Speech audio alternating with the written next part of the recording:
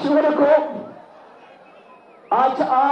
ఆత్మహత్య చేసుకోబోయే ఆ రైతుకు, ఆ పురుగుల మందు తాగిన ఆ రైతును కాపాడేందుకు 108 అని చెప్పి ఆ నెంబర్ కొడితే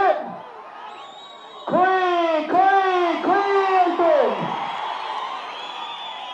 20 నిమిషాల్లో రావాల్సిన అంబులెన్స్ రాలేదు. చివరకు 108 అంబులెన్స్ ఆరోగ్యశ్రీ పరిస్థితి కూడా ఇవాళ దారుణంగా తయారైపోయిన పరిస్థితి కూడా ఇవాళ కనిపిస్తా ఉంది. ఆ పురుగుల మందు తాగిన రైతులు ఆటోలో వేసుకుని హాస్పిటల్ దాకా తీసుకోవాల్సిన పరిస్థితి. ఇదే చంద్రబాబు నాయుడు గారు విజయోత్సవ సభలు జరుపుకుంటారట, వారం రోజుల పాటు పండగ చేసుకోమని చెప్పి అందరికీ చెప్తా ఉన్నాడు. ఇదే చంద్రబాబు నాయుడు గారిని సెక్యూరిటీని కాస్త పక్కన పెట్టి గ్రామాల్లోకి వచ్చి తిరిగే దమ్ము ధైర్యం చంద్రబాబు నాయుడు గారికి ఉన్నారా అని అడుగుతా ఉన్నాను.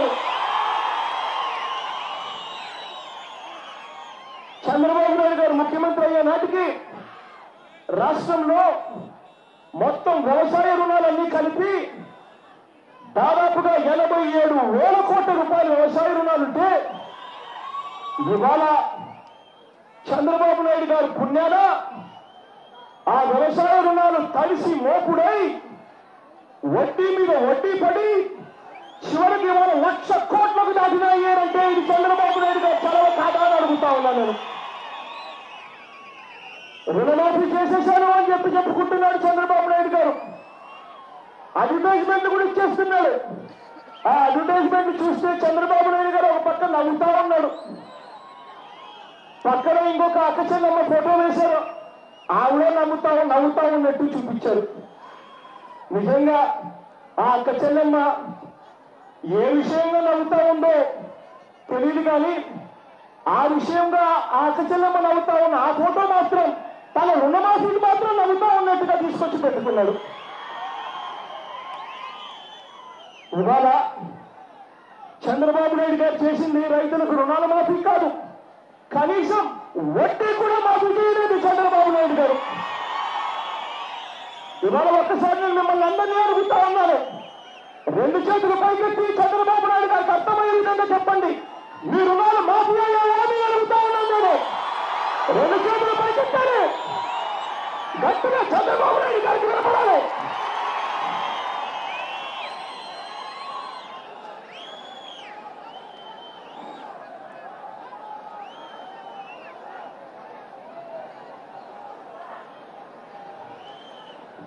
అయినా చంద్రబాబు నాయుడు గారు మాత్రం రుణాలన్నీ మాఫీ చేసేసారు అని కూడా చెప్పుకుంటా ఉన్నాడు. సిగ్గు లేకుండా అబద్ధం మీద అబద్ధాలు ఆడుతా ఉన్నాడు. డ్వాక్రా అక్కచెల్లెమ్మలు అడుగుతా ఉన్నా, మీ రుణాలన్నీ మాఫీ అయ్యాయని అడుగుతా ఉన్నాను. 2 చేతులు పైకెత్తి గట్టిగా చెప్పాలి, డ్వాక్రా అక్కచెల్లెమ్మలు రుణాలు మాఫీ కాలేదు అన్నమాట. మరి ఇదే చంద్రబాబు నాయుడు గారు ఎన్నికలకు ముందు ఆ రోజు ప్రజలతో పనిపడినప్పుడు, ఆ ప్రజలతో ఓట్లు వేయించుకోవాలన్న ఆలోచన వచ్చినప్పుడు చంద్రబాబు నాయుడు గారు అన్న మాటలేమిటి అని అడుగుతా ఉన్నా. ఏ టీవీ ఆన్ చేసినా కూడా, ఇలా ఏ పోస్టర్ చూసినా కూడా మనకు కనిపించే మాటలేమిటి, టీవీ ఆన్ చేస్తే వినిపించే మాట ఏమిటి? టీవీ ఆన్ చేస్తే చాలు, టీవీలో మందు సూత్రం తీసుకొని పోతామంటాడు ఒక వ్యక్తి, వెంటనే చంద్రబాబు నాయుడు గారు వస్తాడు. తాకట్టు పెట్టిన బంగారం ఇంటికి రావాలంటే బాబు వస్తేనే బంగారం ఇంటికి వస్తుంది అని అంటాడు చంద్రబాబు నాయుడు గారు. ఇవాళ బంగారు ఇంటికి వచ్చిందా అని అడుగుతా ఉన్నా నేను. 2 చేతులు పైకెత్తి చెప్పాలి. అయినా చంద్రబాబుకు సిగ్గు లేదు,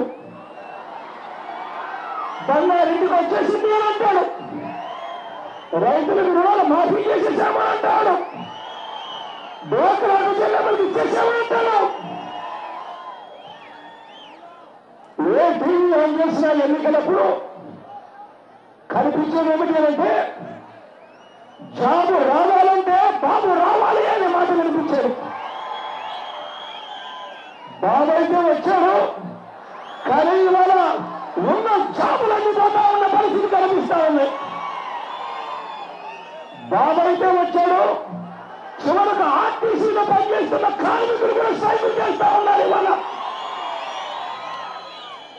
బాబు అయితే వచ్చాడు, ఉన్న జాబులు పోయాయి, కొత్త జాబులు కదా దేవుడు ఎరుగు. చంద్రబాబు నాయుడు గారిని గట్టిగా నిలదీస్తూ జాబ్ ఇవ్వడంలో ఆలస్యమైతే రాష్ట్రంలో 1,75 లక్షల ఇళ్లు ఉన్నాయి, 2,000 రూపాయలు నిరుద్యోగ వృత్తి కోసం ఎదురు చూస్తా ఉన్నారు. ఎప్పటి నుంచి ఇస్తాం చంద్రబాబు నాయుడు గారు అడిగితే ఎన్నికలు అయిపోయాయి కదా, ఇక ప్రజలతో నాకేం పని ఉంది అని చెప్పి చంద్రబాబు నాయుడు గారు అసెంబ్లీలో ఏమన్నారో తెలుసా? నేనెప్పుడు చెప్పాను గవర్నమెంట్ జాబ్ ఇస్తాను అని చెప్పి చంద్రబాబు నాయుడు గారు అసెంబ్లీలో అంటాడు. ఇంత సిగ్గు లేకుండా నోరు తెలిసి అబద్ధాలు ఆడుతూ ఉన్నాడు. ఇటువంటి వ్యక్తి పరిపాలన ఎప్పుడెప్పుడు పోవాలి అని చెప్పి ఇవాళ ప్రజలంతా కూడా ఎదురు చూస్తా ఉన్నారు. రాబోయే రోజుల్లో చంద్రబాబు నాయుడు గారికి గట్టిగా గుర్తొచ్చేట్టుగా దేవుడు ఖచ్చితంగా మొటికాయలు వేస్తాడు. ప్రజలు చంద్రబాబు నాయుడు గారిని బంగాళ ఖాతంలో కలిపే రోజు కూడా త్వరలో వస్తుందని కూడా చెప్తా ఉన్నా. అందాక గట్టిగా అందరం కలుగుతాం, చెయ్యి కలుపుతాం, గట్టిగా చంద్రబాబు నాయుడు గారికి వ్యతిరేకంగా పరిపాలన కూడా ఈ పరిపాలనకు వ్యతిరేకంగా గట్టిగా పోరాడతామని చెప్పి కూడా చెప్తా ఉన్నా.